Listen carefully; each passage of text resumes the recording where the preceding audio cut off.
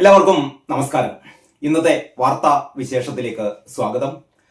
വളരെ വളരെ ത്രില്ലിംഗ് ആയ ഒരു വാർത്തയുമായാണ് ഇന്ന് പത്രങ്ങളൊക്കെ ഇന്നലെ മുതൽ തന്നെ നമ്മുടെ TV ചാനലുകൾ മുഴുവനും ഇതിന്റെ പിന്നാലെയായിരുന്നു. ഒരു അറ്റം ബോംബ് വീണിരിക്കുന്നു. അറ്റം ബോംബ് ചീറ്റിപ്പോയി. പക്ഷേ നമ്മുടെ പത്രക്കാർക്ക്, കാരണം ഇത് BJP ഗവൺമെന്റിനെതിരായ, നരേന്ദ്രമോദിക്കെതിരായ രാഹുൽ ഗാന്ധി ഇട്ട ഒരു ബോംബാണ്. അണുബോംബ് എന്നൊക്കെയാണ് പറയുന്നത്, ആറ്റം ബോംബ് ഇട്ടു എന്നൊക്കെയാണ് പറയുന്നത്. അവസാനം നമ്മളിപ്പോ കാണുന്നത് എന്താന്ന് വെച്ചാൽ, ആറ്റം ബോംബില് ഈ കരിഞ്ഞു പോയ രാഹുൽ ഗാന്ധിയുടെ മുഖമാണ് ഇപ്പൊ നമ്മൾ കാണുന്നത്. ബോംബ് ഇട്ട് ഓടാന്ന് വിചാരിച്ചതിന്, പക്ഷെ ബോംബിൽ ആകെ കരുവാളിച്ചു പോയത്, കത്തി കരിഞ്ഞു പോയത് രാഹുൽ ഗാന്ധിയാണ്. പക്ഷേ നമ്മുടെ ഈ മണ്ടന്മാരായ കുറെ TV ചാനലുകൾ ഉണ്ടല്ലോ, ഏഷ്യാനെറ്റ് പോലെ, റിപ്പോർട്ടർ പോലെ, ഞാൻ പേരെടുത്ത് പറയുന്നില്ല, റിപ്പോർട്ടർ, ഏഷ്യാനെറ്റ്, നമ്മുടെ മീഡിയ വൺ, മനോരമ, മാതൃഭൂമി, അതായത് മുഖ്യധാര ചാനലുകൾ മുഴുവൻ, കൈരളിയെ ഉൾപ്പെടുത്താം.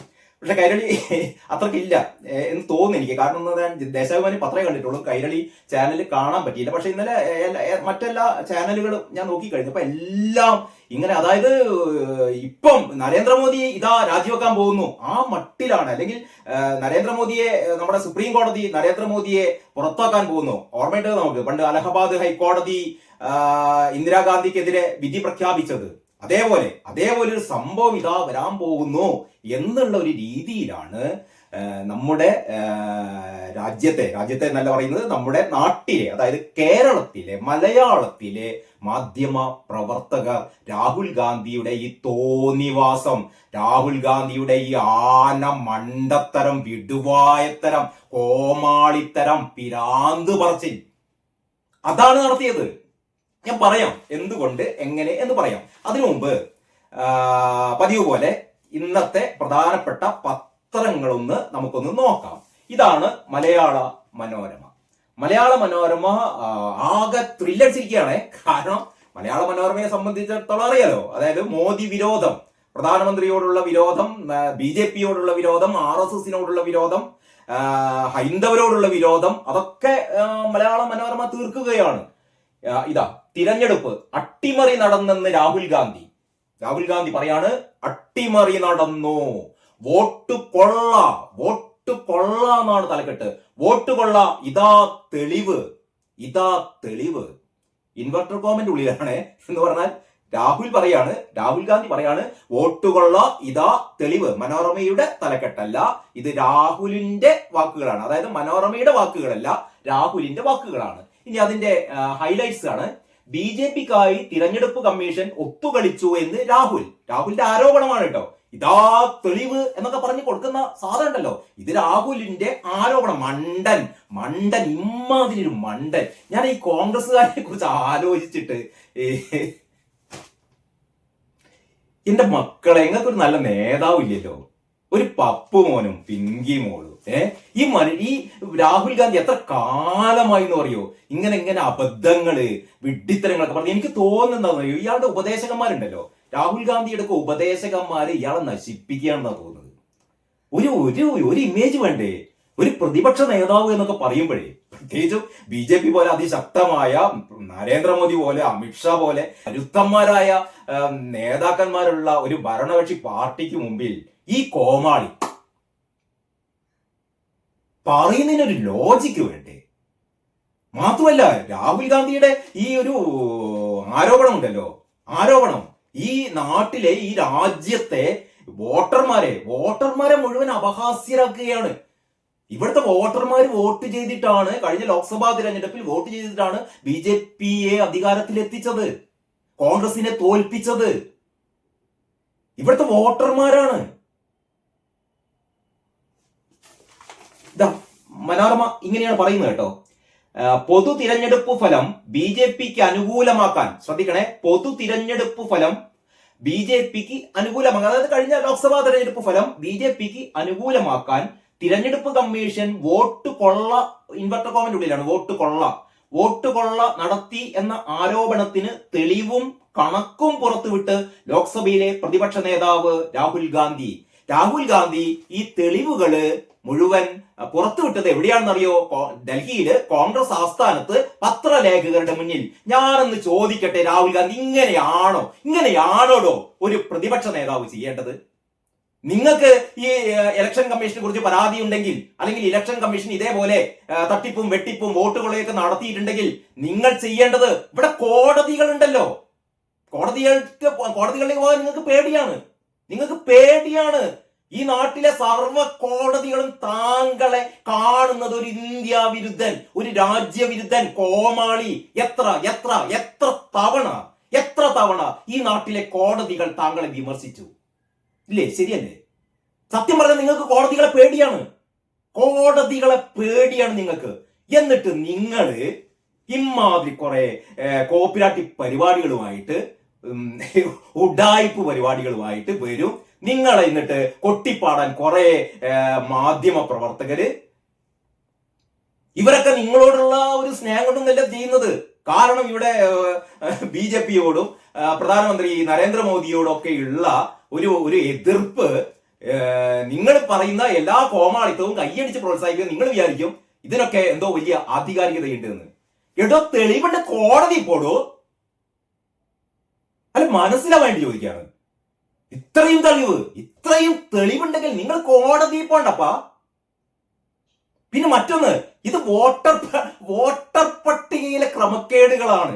എന്റെ മനുഷ്യ, ഇവിടുത്തെ സാധാരണ കുട്ടികൾക്ക് പോലും അറിയാം നിങ്ങൾ പറയുന്നത് ശുദ്ധ കള്ളത്തരാണെന്ന്. ഈ നമുക്ക് എല്ലാവർക്കും അറിയാവുന്ന ഒരു കാര്യമില്ലേ? ഒരു തിരഞ്ഞെടുപ്പ്, ഏത് തിരഞ്ഞെടുപ്പായിക്കോട്ടെ, അത് പഞ്ചായത്ത് തിരഞ്ഞെടുപ്പോ അല്ലെങ്കിൽ സംസ്ഥാന നിയമസഭകളിലേക്കുള്ള തിരഞ്ഞെടുപ്പോ ലോക്സഭാ തിരഞ്ഞെടുപ്പോ, ഏത് തിരഞ്ഞെടുപ്പായിക്കോട്ടെ, തിരഞ്ഞെടുപ്പിന് മുമ്പ് വോട്ടർ പട്ടിക തയ്യാറാക്കും രാഹുൽ ഗാന്ധി എന്ന് പറയുന്ന പൊട്ട. കേൾക്ക്, ഒരു വോട്ടർ പട്ടിക തയ്യാറാക്കും, ഒരു കരട് വോട്ടർ പട്ടിക ആദ്യം തയ്യാറാക്കും കേട്ടോ. ഈ കരട് വോട്ടർ പട്ടിക ആദ്യം പ്രസിദ്ധീകരിക്കും. എന്നിട്ട് ഇതിലുള്ള അപാകതകൾ, ഇതില് പേരുകൾ കൂട്ടിച്ചേർക്കാൻ, പേരുകൾ വെട്ടാൻ, ഇതിലുള്ള എന്തെങ്കിലും തകരാറുകൾ ഉണ്ടോ എന്നൊക്കെ പരിശോധിക്കാൻ വേണ്ടിയിട്ട് സകലമാന രാഷ്ട്രീയ പാർട്ടികൾക്കും ഇത് കൊടുക്കും. സർക്കാരിന്റെ ഔദ്യോഗിക വെബ്സൈറ്റിൽ പ്രസിദ്ധീകരിക്കും. ഈ രാജ്യത്തെ എല്ലാ ജനങ്ങൾക്കും ഈ കരട് വോട്ടർ പട്ടിക പരിശോധിക്കാം.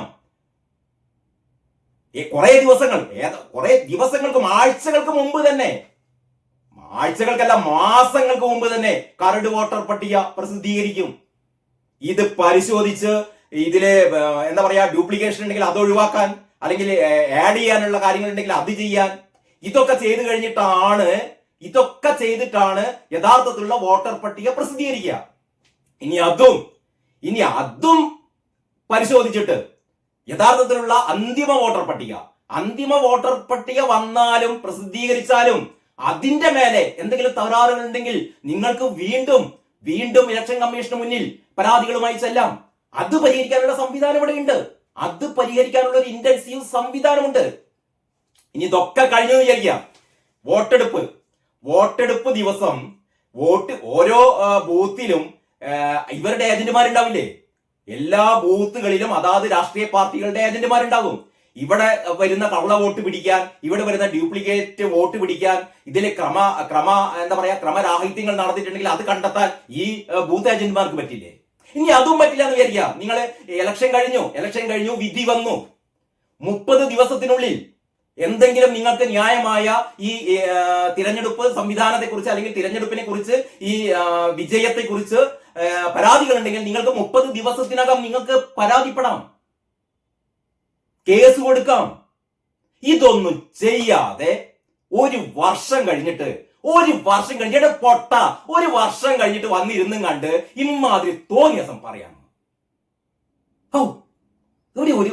ഒരു കോൺഗ്രസ് പ്രസ്ഥാനത്തോടൊക്കെ നമുക്കൊക്കെ ഉള്ള ഒരു വൈകാരിക അടുപ്പുണ്ട്. നമ്മൾ ഏത് പാർട്ടിക്കാരനോ അങ്ങനെ കൃത്യമായ രാഷ്ട്രീയ നിലപാട് ഇല്ലാത്ത ആളൊക്കെ ആയിക്കോട്ടെ. പക്ഷേ കോൺഗ്രസ് പാർട്ടി എന്ന് പറയുന്നത് ഇന്ത്യയുടെ ആത്മാവുമായി അത്രമാത്രം അടുത്ത് പ്രവർത്തിക്കുന്ന, അടുത്ത് ബന്ധമുള്ള രാഷ്ട്രീയ പാർട്ടിയാണ്.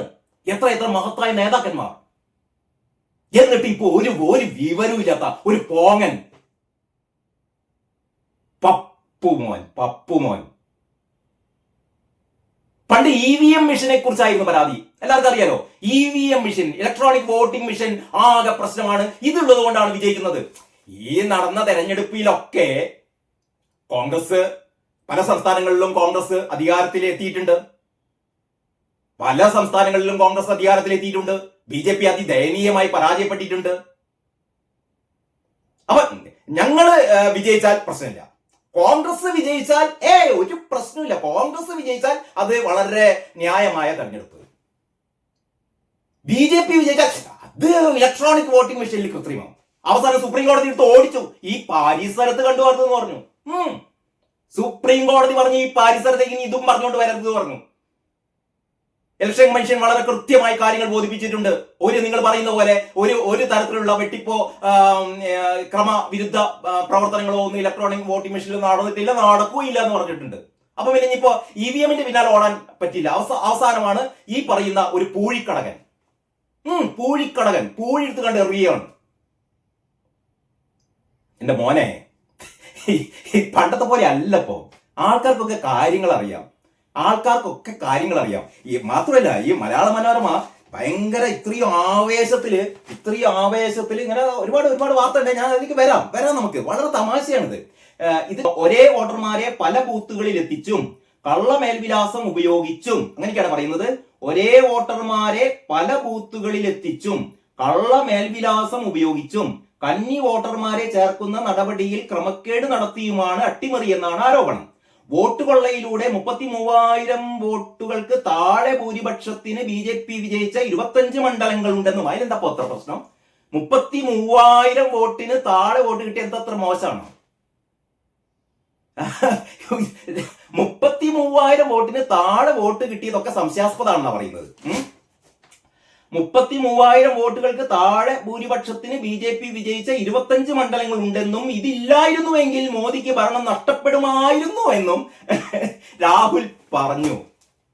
എന്റെ പൊട്ട മരപ്പൊട്ട, ഇതൊക്കെ ഒരു പത്രസമ്മേളനം വിളിച്ച് പറയാടോ. ഈ കോൺഗ്രസിൽ വിവരമുള്ള ആൾക്കാരൊന്നുമില്ലേ? ഈ മരപ്പൊട്ടനോട് മിണ്ടാതിരിക്കാൻ പറയണ്ടേ? അതായത് BJPക്ക് 33,000 വോട്ടിന് താഴെ കിട്ടിയതൊക്കെ സംശയാസ്പദമാണ്. അങ്ങനെയുള്ള ഒരു 25 മണ്ഡലങ്ങളുണ്ട്. ആ 25 മണ്ഡലങ്ങളിലും വിജയിക്കേണ്ടത് തങ്ങളാണ്. അങ്ങനെ അതിൽ വിജയിച്ചിരുന്നുവെങ്കിൽ ഞങ്ങളായിരുന്നു രാജ്യം ഭരിക്കുക. അപ്പൊ ഞങ്ങൾക്ക് ഇവിടെ അഴിമതിയൊക്കെ കാണിച്ച് രാജ്യം ഭരിക്കായിരുന്നല്ലോ. കഴിഞ്ഞ മോദി ഭരണം ഏറ്റെടുത്തതിന് ശേഷം കഴിഞ്ഞ 11 വർഷമായി പ്രത്യേകിച്ച് ഒരു തരത്തിലുള്ള അഴിമതി ആരോപണങ്ങളും ഇല്ലാതെയാണ് രാജ്യം സാമ്പത്തിക പുരോഗതി നേടിക്കൊണ്ടിരിക്കുകയാണ്. നമ്മുടെ ട്രംപ് വരെ കണ്ണുരുട്ടിയിട്ട് മോദി കുലുങ്ങിയിട്ടില്ല എന്ന് പറഞ്ഞാൽ യഥാർത്ഥത്തിൽ ഈ തീരുവ, ഞാൻ അതിലേക്കൊക്കെ വരാം, ഈ മോദി തീരുവ അങ്ങനെ കൂട്ടുന്നത് യഥാർത്ഥത്തിൽ ഇന്ത്യയുടെ വളർച്ചയാണ് ട്രംപിനെ ഭയപ്പെടുത്തുന്നത്. കാരണം മോദി പുതിയൊരു അച്ചുതണ്ട് രൂപീകരിക്കാൻ പോവുകയാണ്. ട്രംപൊക്കെ വിറയ്ക്കും. ട്രംപിനോടുള്ള വിധേയത്വമൊന്നും അല്ല മോദിക്കുള്ളത്. മോദി വളരെ കൃത്യമായി ഇതാ ചൈനയിലേക്ക് പോകുന്നുണ്ട്.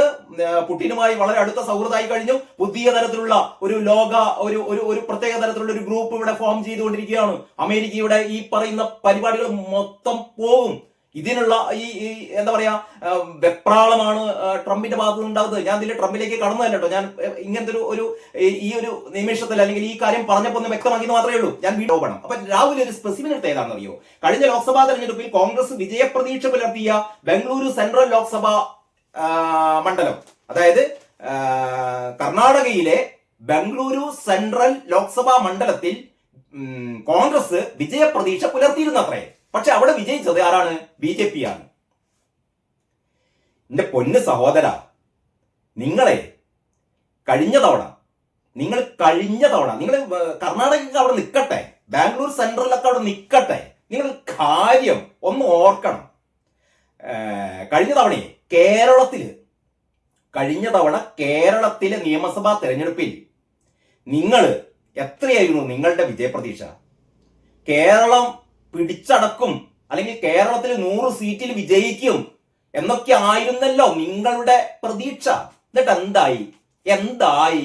99 സീറ്റില് പിണറായി ഇമ്മാതിരി തോന്നിയാസം കളിച്ച പിണറായി സർക്കാർ രണ്ടാമത് അധികാരത്തിൽ വന്നു. മരപ്പൊട്ടന്മാരെ. അപ്പൊ ഇവിടെ പിണറായി ഈ വോട്ടർ പട്ടികയിൽ കൃത്രിമം നടത്തിയിട്ടാണോ രണ്ടാം അധികാരത്തിൽ വന്നത്? ഇത് ഈ ഒരു ലോജിക് അനുസരിച്ചാണെങ്കിൽ, അതായത് കർണാടകയിലെ ഈ ബാംഗ്ലൂർ സെൻട്രൽ ലോക്സഭാ മണ്ഡലത്തിൽ കോൺഗ്രസ് ആണ് വിജയിക്കാൻ പോകുന്നത് എന്ന് ഇവരുടെ ഒരു ഇന്റേണൽ സർവേ ഉറപ്പ് നൽകിയിരുന്നു, അല്ലെങ്കിൽ അവര് അങ്ങനെ പറഞ്ഞിരുന്നു. പക്ഷെ തെരഞ്ഞെടുപ്പ് വന്നപ്പോൾ അവിടെ BJP ജയിച്ചു. അപ്പോൾ BJP അവിടെ അട്ടിമറി നടത്തി, BJP അവിടെ കള്ളവോട്ട് ചെയ്തു, അല്ലെങ്കിൽ BJP അവിടെ കള്ളത്തരം കാണിച്ചു. ഇതിന് ഇലക്ഷൻ കമ്മീഷൻ കൂട്ടുനിന്നു. ഇതാണ് നിങ്ങൾ പറയുന്നത്. ഇതേ ലോജിക് ആണെങ്കിൽ ഇവിടെ കഴിഞ്ഞ തവണത്തെ ഈ തെരഞ്ഞെടുപ്പിൽ കേരള സംസ്ഥാന നിയമസഭയിലേക്കുള്ള 2021 തെരഞ്ഞെടുപ്പിൽ നിങ്ങളായിരുന്നല്ലോ ഇവിടെ മുഖ്യമന്ത്രിയാവാൻ കുപ്പായം തുന്നിച്ച് കുറെ നിങ്ങളുടെ മറ്റേ കുട്ടി കോൺഗ്രസുകാർ കൊങ്ങികൾ ഇവിടെ നടന്നിരുന്നല്ലോ, അല്ലേ? രമേശ് ചെന്നിത്തലയുടെ നേതൃത്വത്തിൽ എമ്മാതിരി ആരോപണങ്ങളായിരുന്നു പിണറായിക്കെതിരെ ഇവിടെ ഉയർന്നിരുന്നത്, അല്ലേ? അവസാനം എന്തായി? അവസാനം ആരെങ്കിലും പ്രതീക്ഷിച്ചിരുന്നു? ഞാൻ ആരെങ്കിലും എന്ന് പറഞ്ഞത് കുറെ ആൾക്കാരൊക്കെ പ്രതീക്ഷിച്ചിരുന്നു, അവിടെ കിടക്കട്ടെ. ഞാൻ ആരെങ്കിലും എന്ന് ഉദ്ദേശിച്ച ഈ കോൺഗ്രസ്സുകാരെയാണ്. കോൺഗ്രസ്സുകാർ ഉദ്ദേശിച്ചത് ഇമ്മാതിരി തോൽവി നിങ്ങൾക്ക് സംഭവിക്കുന്നത്. പൊട്ടിയില്ലേ 99 സീറ്റും കൊണ്ട് പിണറായി സർക്കാർ ഇതാ ചക്കായിട്ട് അഴിമതി ദൂർത്ത് നെറികേട് ഭരണം നടത്തുന്നത്. നിങ്ങളല്ലേ ഇവിടുത്തെ മുഖ്യ പ്രതിപക്ഷം. പറ രാഹുൽ, അതും കൂടി പറയേണ്ടിയിരുന്നു. കേരളത്തിലും ഇതേപോലെ ഇലക്ഷൻ കമ്മീഷൻ ആരെ സഹായിച്ചു? പിണറായി സഹായിച്ചു. ഞങ്ങളായിരുന്നു വിജയിക്കേണ്ടത്. കേരളത്തിൽ ഞങ്ങളായിരുന്നു വിജയിക്കേണ്ടത്. പിണറായി വിജയനും ഇതാ വിജയിച്ചിരിക്കുന്നു. ഇലക്ഷൻ കമ്മീഷൻ ഇവിടെയും കൃത്രിമം കാണുന്നു. പറയണ്ടേ പൊട്ട? ഇമ്മാതിരി ഞാൻ വീണ്ടും പറഞ്ഞേ എനിക്കാണ് നാണക്കേട്. എന്നിട്ട് പറയാണ് രാഹുലിന്റെ ആരോപണം 8 നിയമസഭാ മണ്ഡലങ്ങളുള്ള ഇവിടെ, അതായത് ബാംഗ്ലൂർ സെൻട്രലില്, അതായത് കോൺഗ്രസ് വിജയപ്രതീക്ഷ പുലർത്തിയിരുന്ന സെൻട്രൽ ബംഗളൂരുവില് 8 നിയമസഭാ മണ്ഡലങ്ങളുള്ള ഇവിടെ 7ഇടത്തുമായി കോൺഗ്രസിന് 82,000 വോട്ടാണ് ഭൂരിപക്ഷം ലഭിച്ചത്. ആയിക്കോട്ടെ. എന്നാൽ മഹാദേവപുര എന്ന മണ്ഡലത്തിൽ മാത്രമായി BJPക്ക് 1.14 ലക്ഷം ഭൂരിപക്ഷം ലഭിച്ചു. അതിലെന്താണ് മനസ്സിലാകുന്നില്ല. അതായത് ഒരു ലോക്സഭാ മണ്ഡലത്തിലെ 8 നിയമസഭാ സെഗ്മെന്റിൽ 7 സെഗ്മെന്റിലും കോൺഗ്രസിന് ഭൂരിപക്ഷം ലഭിച്ചു. ഒരു സെഗ്മെന്റിൽ മാത്രമാണ് BJPക്ക് ഭൂരിപക്ഷം ലഭിച്ചത്. പക്ഷെ ആ ഭൂരിപക്ഷം എന്ന് പറയുന്നത് ബാക്കിയുള്ള 7 മണ്ഡലങ്ങളിലെ കോൺഗ്രസിന് ലഭിച്ച ഭൂരിപക്ഷത്തെക്കാൾ കൂടുതലാണ് ആ ഒരു മണ്ഡലത്തിൽ BJPക്ക് ലഭിച്ചത്. അപ്പൊ സ്വാഭാവികമായിട്ട് BJP ജയിക്കല്ലോ. BJP അവിടെ ഏതാണ്ട് 32,000 വോട്ടിന് ജയിച്ചു. അവിടെയാണ് തട്ടിപ്പ് നടത്തി, വെട്ടിപ്പ് നടത്തി, വോട്ടുകൾ നടത്തി എന്നൊക്കെ പറയുന്നത്. അപ്പൊ ഇതൊക്കെ എല്ലാ ലോക്സഭാ മണ്ഡലങ്ങളും ഇങ്ങനെയൊക്കെ സംഭവിക്കാറുണ്ട് സുഹൃത്തെ. നിങ്ങൾക്ക് ഇതൊന്നും അറിയില്ലെങ്കിൽ നിങ്ങൾ പൊട്ടനായി പോയെങ്കിൽ ഇപ്പൊ ഞങ്ങളെ കുറ്റാണോ? നരേന്ദ്രമോദിയുടെ കുറ്റാണോ? ഇലക്ഷൻ കമ്മീഷന്റെ കുറ്റാണോ? മഹാരാഷ്ട്രയിലും ഹരിയാനയിലും പിന്നാലെ നടന്ന നിയമസഭാ തെരഞ്ഞെടുപ്പുകളിലും സമാന പ്രതിസന്ധി ഉണ്ടായെന്ന് വ്യക്തമാക്കിയാണ് രാഹുൽ ഗാന്ധി ഇന്നലെ ആരോപണം ഉന്നയിച്ചത്. അങ്ങനെ പോകുന്നു. ഇനി ഏറ്റവും വലിയ രസം എന്താണെന്നറിയോ? തെളിവ് ആവശ്യപ്പെട്ട് കമ്മീഷൻ. ഞാൻ പറഞ്ഞല്ലോ രാഹുൽ ഗാന്ധി കത്തിപ്പോയിന്ന്, കരിഞ്ഞുപോയിന്ന്. കാരണം ഇലക്ഷൻ കമ്മീഷൻ രാഹുൽ ഗാന്ധിയോട് പറഞ്ഞു, മോനെ കുട്ടാ, ഈ എവിടെയെങ്കിലും പോയിട്ട് ഒരു പത്രസമ്മേളനം നടത്തിയിട്ട് പത്രക്കാരെ വിളിച്ച് ഇതാ ഇങ്ങനെ ഇലക്ഷൻ കമ്മീഷനിൽ ഇമാതിരി തകരാറുകളൊക്കെ പറ്റിയിട്ടുണ്ട് എന്ന് പറയുന്ന പകരം കൃത്യമായ രേഖകളോടെ ഞങ്ങൾക്ക് പരാതി മോനെ, ഞങ്ങൾ അന്വേഷിക്കാം. ആ പരാതി എങ്ങനെ കള്ളപ്പരാതി ആണുണ്ടല്ലോ, കിടക്കേണ്ടി വരും അഴിക്കുള്ളിൽ. സത്യവാങ്മൂലം സഹിതം പരാതി താടോ രാഹുലെ, അന്വേഷിക്കാം എന്ന് ഇലക്ഷൻ കമ്മീഷൻ പറയുന്നു. രാഹുൽ മിണ്ടിയിട്ടില്ല. വിറച്ചു പോയി. അറ്റം ബോംബ് പുകയായി പോയി. കാരണം അവിടെ കൃത്യമായ രേഖകൾ സഹിതം ഇതൊന്നും BJP ഉണ്ടാക്കിയ നിയമങ്ങളല്ല കേട്ടോ. ഇതൊന്നും BJP ഉണ്ടാക്കിയ നിയമങ്ങളല്ല. ഇതൊക്കെ കോൺഗ്രസ്സുകാരുണ്ടാക്കിയ നിയമത്തിന്റെ ചട്ടങ്ങളുടെ അടിസ്ഥാനത്തിലാണ് കമ്മീഷൻ പറഞ്ഞത്. പോയി കണ്ട് കൊണ്ടുപോവാം, സത്യവാങ്മൂലത്തിൽ ആദ്യം തന്നെ ഒപ്പിട് എന്ന് പറഞ്ഞ് ഞാൻ പറയുന്നതൊക്കെ സത്യമാണ് എന്ന് പറഞ്ഞിട്ട് വാ. അല്ലാതെ ഇവിടെ ഒരു പത്രസമ്മേളനം വിളിച്ച് കുറെ പൊട്ടന്മാരായ പത്രക്കാരെ വിളിച്ചു വരുത്തി ഇമാതിരി പത്രങ്ങളിലൊക്കെ ഇമാതിരി തലക്കെട്ടോടെ വോട്ട് കൊള്ള. ഇതാ തെളിവ് ആവശ്യപ്പെട്ട് കമ്മീഷൻ ആരോപണങ്ങൾക്ക് ചട്ടപ്രകാരം സ്വയം സാക്ഷ്യപ്പെടുത്തി. അതാണ് പ്രധാനം. ആരോപണങ്ങൾക്ക് ചട്ടപ്രകാരം സ്വയം സാക്ഷ്യപ്പെടുത്തി തെളിവ് നൽകാൻ ഹരിയാന, കർണാടക, മധ്യപ്രദേശ്, മഹാരാഷ്ട്ര സംസ്ഥാന തെരഞ്ഞെടുപ്പ് കമ്മീഷണർമാർ രാഹുൽ ഗാന്ധിയോട് ആവശ്യപ്പെട്ടു. മോനെ, ഇമ്മാതിരി തോന്നിയാസം ചെയ്യരുത്, കൊണ്ടാ സത്യവാങ്മൂലത്തിൽ ഒപ്പിട്ട് കൊണ്ടുപോവാ എന്റെ പരാതി നോക്കട്ടെ. തെളിവുകളുടെ അടിസ്ഥാനത്തിൽ തുടർ നടപടി തുടങ്ങാനാണ് ഇതെന്നും വ്യക്തമാക്കിയിട്ടുണ്ട്. നീ പറയുന്നതൊക്കെ ശരിയായിരിക്കാം, നമുക്ക് നോക്കാലോ. വാ, തെളിവ് നൽകുന്നില്ലെങ്കിൽ അടിസ്ഥാനരഹിത ആരോപണം ഉന്നയിച്ച ആളുകളെ സംശയമുന്നയിൽ നിർത്തുന്നത് അവസാനിപ്പിക്കണമെന്നും കമ്മീഷൻ വൃത്തങ്ങൾ വ്യക്തമാക്കി. തെളിവ് നൽകുന്നില്ലെങ്കിലേ ഇമാതിരി തോന്നിയാസം ഇവിടെ മുക്കിന് പത്രസമ്മേളനം വിളിച്ച് മോദിക്കെതിരെ മോദി കള്ളനാണ്, മോദി വേടനെയും കൂട്ടിക്കോ, ഒരു പാട്ടും പാടിച്ചോ വേടനെ കൊണ്ട്, അപ്പം നീറ്റായി. എന്നിട്ട് സംശയങ്ങൾ ഉയർത്തുക.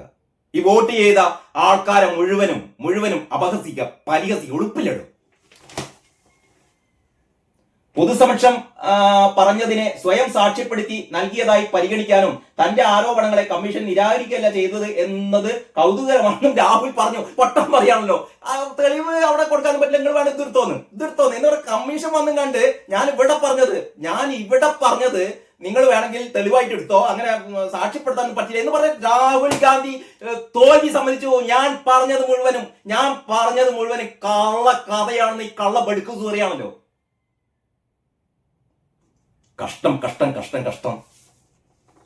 അവസാനം BJP-ക്കാർ എന്താ പറയാറിയോ? നാണം കെട്ട നിരുത്തരവാദപരമായ പ്രസ്താവനയാണ് രാഹുലിൽ നിന്നുണ്ടായതെന്നും ഇതിന്റെ പേരിൽ ജനങ്ങൾ രാഹുലിനെ വീണ്ടും നിരാകരിക്കുമെന്നും BJP പ്രതികരിച്ചു. ഇപ്പൊ തന്നെ നിരാകരിച്ച് കഴിഞ്ഞ് ഈ പൊട്ടൻ മരപ്പൊട്ടനാണെന്ന് ഇപ്പൊ എല്ലാവർക്കും മനസ്സിലായി. മാത്രമല്ല വേറൊന്ന്, ഈ കർണാടകയിലെ കാര്യമാണ് ഈ പൊട്ടൻ പറയുന്നത്.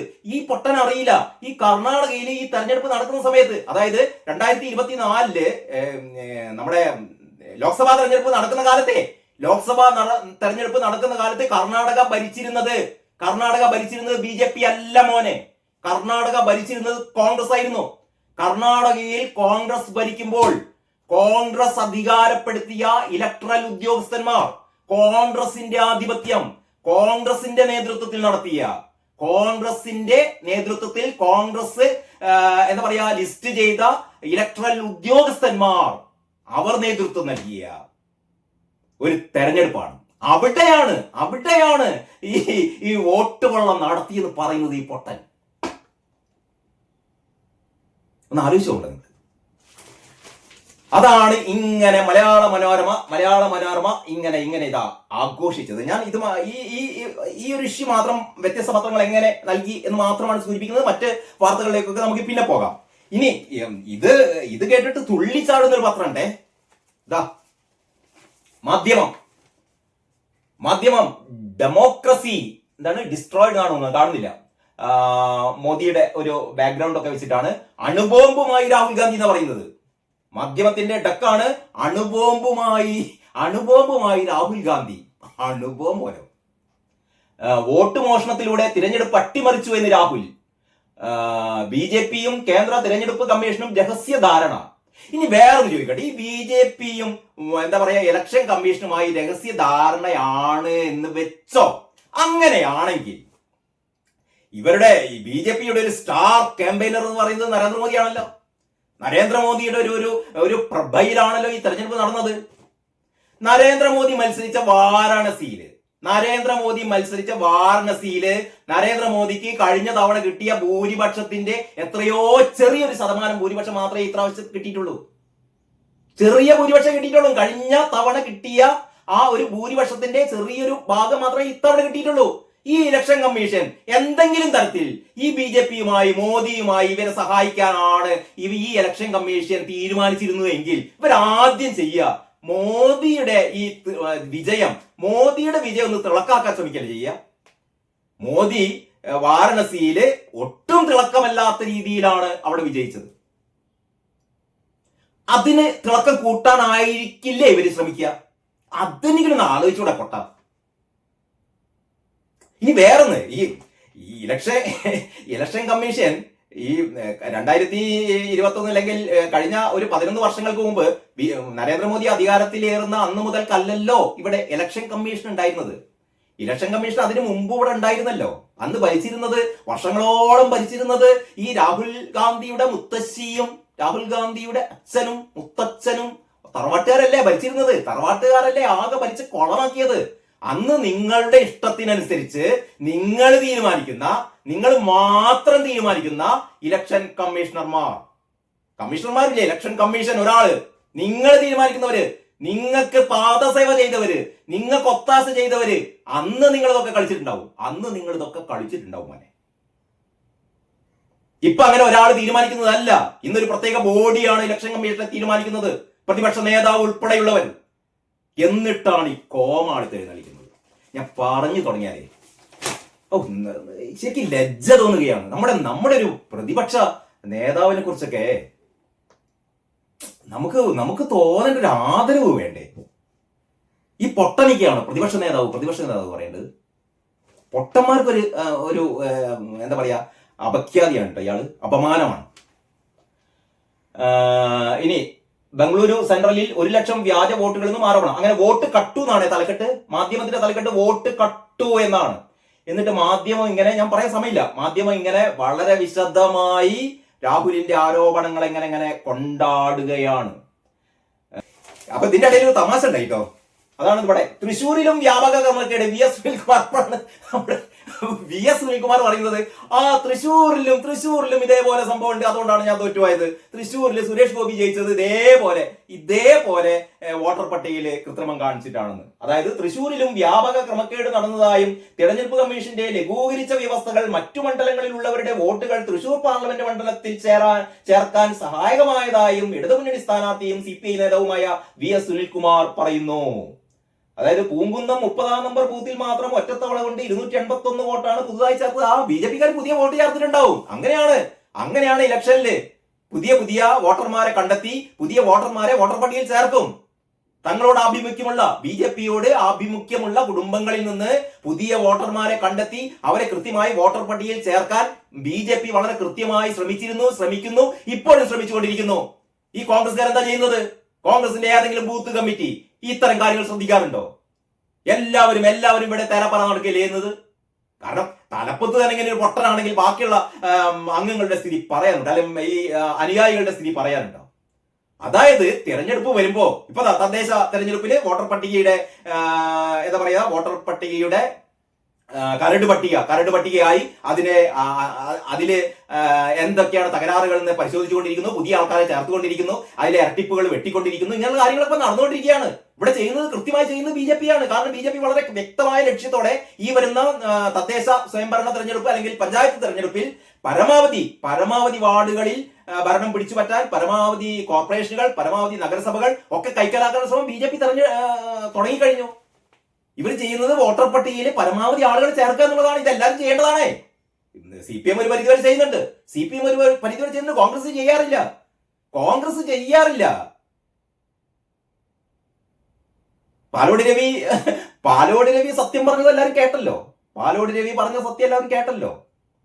നമ്മൾ ആൾക്കാർ ഇതൊന്നും ചെയ്യാറില്ല. എന്നിട്ട് അവസാനം പോയി കണ്ട് ഇങ്ങനെ ഓരോ എന്താ പറയാ വെട്ടി പൊട്ടിക്കുക. എന്നിട്ട് അത് അനുഭവം പാണെന്ന് പറയാൻ വേണ്ടി മാധ്യമത്തിന്റെ പോലുള്ള കുറെ പത്രങ്ങൾ, അങ്ങനെ മാതൃഭൂമി ഇതാ വോട്ടർ പട്ടികയിൽ കോൺഗ്രസിന്റെ അവിശ്വാസ വോട്ട്. കുറച്ചും കൂടി ഒരു കാവ്യാത്മക ഭംഗിയോടെയാണ് പറയുന്നത്. വോട്ടർ പട്ടികയിൽ കോൺഗ്രസിന്റെ അവിശ്വാസ വോട്ട്. വോട്ടർ പട്ടികയിലെ ക്രമക്കേടുകൾ നിരത്തി രാഹുലിന്റെ ബോംബ്, അണുബോംബ് എന്ന് പറയുന്നില്ല, ബോംബിനെ പറയുന്നുള്ളൂ. കർണാടക മഹാദേവപുര നിയമസഭാ മണ്ഡലത്തിൽ 1 ലക്ഷം വ്യാജ വോട്ട്. അതിലും ഇലക്ഷൻ കമ്മീഷന്റെ കാര്യങ്ങളൊക്കെ ഉണ്ട്. തെളിവ് നൽകണം, രാഹുലിന് നോട്ടീസ്. ആരോപണം കരുതി കൂട്ടിയുള്ള തെറ്റിദ്ധരിപ്പിക്കൽ എന്ന് BJP. അങ്ങനെ നമ്മുടെ മാതൃഭൂമിയുടെ 1-ാം പേജാണിത്. മാതൃഭൂമിയും ആ രീതിയിൽ തന്നെയാണ്. വലിയ ആവേശമൊന്നും പ്രകടിപ്പിച്ചില്ല എന്ന് മാത്രമേ ഉള്ളൂ. അപ്പൊ കേരള കൗമുദി 1-ാം പേജിൽ ഈ ട്രംപും മോദിയും തമ്മിലുള്ള ഈ തീരുവ ചുങ്കം സംബന്ധിച്ച കാര്യങ്ങളാണ് മെയിൻ സ്റ്റോറിയെ കൊടുത്തത്. വിരട്ടൽ വേണ്ട, ട്രംപിന്റെ തീരുവ വഴങ്ങില്ല എന്ന് മോദി. ഇതില് ഈ 1-ാം പേജില് ഇത് കൊടുത്തിട്ടില്ല. നമ്മുടെ ഈ പറയുന്ന ബോംബിട്ട കാര്യം, രാഹുലിന്റെ ബോംബിംഗ് കേരള കൗമുദി 1-ാം പേജിൽ കൊടുത്തിട്ടില്ല. പകുതി പരസ്യമാണ്. അതുകൊണ്ടൊന്നും ആയിരിക്കില്ല. കാരണം കേരള കൗമുദിക്ക് അത്യാവശ്യം ചിലപ്പോഴൊക്കെ കേരള കൗമുദിക്ക് ഈ ബുദ്ധി പ്രവർത്തിക്കാറുണ്ട്. കേരള കൗമുദിയുടെ 7-ാം പേജിലാണ് 7-ാം പേജിന്റെ മെയിൻ സ്റ്റോറിയാണ്. തിരഞ്ഞെടുപ്പ് കമ്മീഷനെതിരെ രാഹുൽ ഗാന്ധി BJPക്കായി വോട്ട് ചോർത്തി. അങ്ങനെയാണ് പറയുന്നത്. വളരെ ഡീസന്റ് ആയിട്ട് കേരള കൗമുദി കാര്യം പറയുന്നത് കേട്ടോ. BJP ഇനി നമ്മുടെ ദേശാഭിമാനിയെ ദേശാഭിമാനി, ഞാൻ നേരത്തെ പറഞ്ഞ പോലെ ദേശാഭിമാനിക്ക് ഇതങ്ങോട്ട് വിഴുങ്ങാനും പറ്റില്ല. വിഴുങ്ങിയ തൊണ്ടയിൽ തട്ടുകയെ, വിഴുങ്ങിയാൽ തൊണ്ടയിൽ തട്ടും. അതുകൊണ്ട് ഈ കേരളത്തിന് കനത്ത ആഘാതം എന്നുള്ള രീതിയിൽ മോദിയുടെ ഈ ഇരട്ട തീരുവ കാര്യത്തെക്കുറിച്ചാണ് മെയിൻ സ്റ്റോറി എഴുതുന്നത്. ഈ കാര്യം അത്രയൊന്നും പ്രധാനപ്പെട്ടതല്ലാത്ത രീതിയിൽ ഫോൾട്ടിന്റെ താഴെ ഒരു 3 കോളത്തിലാണ് കൊടുത്തത്. തിരഞ്ഞെടുപ്പ് കമ്മീഷനെതിരെ ആരോപണവുമായി രാഹുൽ. തിരഞ്ഞെടുപ്പ് കമ്മീഷനെതിരെ ആരോപണവുമായി രാഹുൽ. ഒരു സാധാരണ ഒരു നനഞ്ഞ പടക്കം പോലെയാണ് ദേശാഭിമാനിയ വാർത്ത കൊടുത്തത്. അതിങ്ങനെയാണ്: 2024 ലോക്സഭാ തെരഞ്ഞെടുപ്പിൽ തിരഞ്ഞെടുപ്പ് കമ്മീഷന്റെ ഒത്താശയോടെ വോട്ട് മോഷണം നടന്നു എന്ന ഗുരുതര ആരോപണവുമായി രാഹുൽ ഗാന്ധി. ബംഗളൂരു സെൻട്രൽ ലോക്സഭാ മണ്ഡലത്തിൽ വോട്ട് മോഷണം നടന്നതിന്റെ കണക്ക് പുറത്തുവിട്ടു. ഇവിടെ 1,250,000 വ്യാജ വോട്ടുകൾ സൃഷ്ടിച്ച് BJP ജയിക്കുകയായിരുന്നു എന്ന് രാഹുൽ ആരോപിച്ചു. വളരെ വളരെ സോഫ്റ്റായി, ഒട്ടും ആവേശം കലരാതെ ദേശാഭിമാനിയുടെ ഈ കാര്യം. കാരണം പല കാര്യങ്ങളും ഇതിന്റെ പിന്നിലുണ്ട്. ഒന്ന്, രാഹുൽ ഈ പറഞ്ഞ കാര്യങ്ങളൊക്കെ ഇവിടെ എങ്ങനെയാണ് രണ്ടാം പിണറായി സർക്കാർ അധികാരത്തിലെത്തിയത്. ഞാൻ നേരത്തെ പറഞ്ഞു ആ കാര്യം. രണ്ടാം പിണറായി സർക്കാർ അധികാരത്തിലേറിയത് എങ്ങനെ എന്നതും കൂടി ഈ രാഹുലിന്റെ ഈ ആരോപണത്തിന്റെ മുനയിലുണ്ട് എന്ന ഒരു കാര്യം ഇവിടെ പരാമർശിക്കപ്പെട്ടേക്കാം. തെളിവ് ഹാജരാക്കണം കമ്മീഷൻ, ആ കാര്യം കൂടി വളരെ കളർഫുൾ ആയിട്ട് തന്നെ ദേശാഭിമാനി കൊടുത്തിട്ടുണ്ട്. തെളിവ് ഹാജരാക്കണം കമ്മീഷൻ. വോട്ട് മോഷണ ആരോപണം അടിസ്ഥാനരഹിതമാണെന്നും രാഹുൽ ഒപ്പിട്ട സത്യവാങ്മൂലത്തിനൊപ്പം ആരോപണം സ്ഥിരീകരിക്കാനുള്ള തെളിവുകൾ കൈമാറണമെന്നും കർണാടക തിരഞ്ഞെടുപ്പ് കമ്മീഷൻ ആവശ്യപ്പെട്ടു. വളരെ, എനിക്ക് തോന്നുന്നു മറ്റു പത്രങ്ങളെക്കാളൊക്കെ വളരെ കൃത്യമായി രാഹുലിന്റെ മണ്ടക്കിട്ട് അടിച്ചത് ദേശാഭിമാനിയാണ് കേട്ടോ. ദേശാഭിമാനി രാഹുലിന്റെ മണ്ടക്കിട്ട് അടിച്ചു. ഇങ്ങനെയാണ്, ഞാൻ ഒന്നുകൂടി വായിക്കത്. വളരെ സിമ്പിൾ ആയിട്ട് എല്ലാവർക്കും മനസ്സിലാവുന്ന രീതിയിലാണ് ഈ ഇലക്ഷൻ കമ്മീഷന്റെ നിലപാട് പറഞ്ഞത്. അതായത് വോട്ട് മോഷണ ആരോപണം അടിസ്ഥാനരഹിതമാണെന്നും രാഹുൽ ഒപ്പിട്ട സത്യവാങ്മൂലത്തിനൊപ്പം ആരോപണം സ്ഥിരീകരിക്കാനുള്ള തെളിവുകൾ കൈമാറണമെന്നും കർണാടക തെരഞ്ഞെടുപ്പ് കമ്മീഷൻ ആവശ്യപ്പെട്ടു. വോട്ടർ പട്ടികയിൽ തെറ്റായ മാർഗങ്ങളിലൂടെ ഉൾപ്പെടുത്തിയെന്ന് പറയപ്പെടുന്ന വോട്ടർമാരുടെ വിശദാംശങ്ങൾ കൈമാറണം. തെളിവുകൾ സമർപ്പിച്ചാൽ നിയമാനുസൃതം തുടർ നടപടികൾ സ്വീകരിക്കാമെന്നും കർണാടക ചീഫ് ഇലക്ടറൽ ഓഫീസർ അറിയിച്ചു. പോലെ ഇനി തീരുമാനിക്കേണ്ടത് ആരാണ്? ഇനി തീരുമാനിക്കേണ്ടത് രാഹുൽ ഗാന്ധിയാണ്. രാഹുൽ ഗാന്ധി എന്ത് ചെയ്യും? രാഹുൽ ഗാന്ധി എന്ത് ചെയ്യാൻ പോകുന്നു? നമുക്ക് കാത്തിരുന്ന് കാണാം. അപ്പോൾ ബാക്കി കാര്യങ്ങൾ നമുക്ക് അടുത്ത വീഡിയോയിൽ ചർച്ച ചെയ്യാം. എല്ലാവർക്കും നന്ദി, നമസ്കാരം.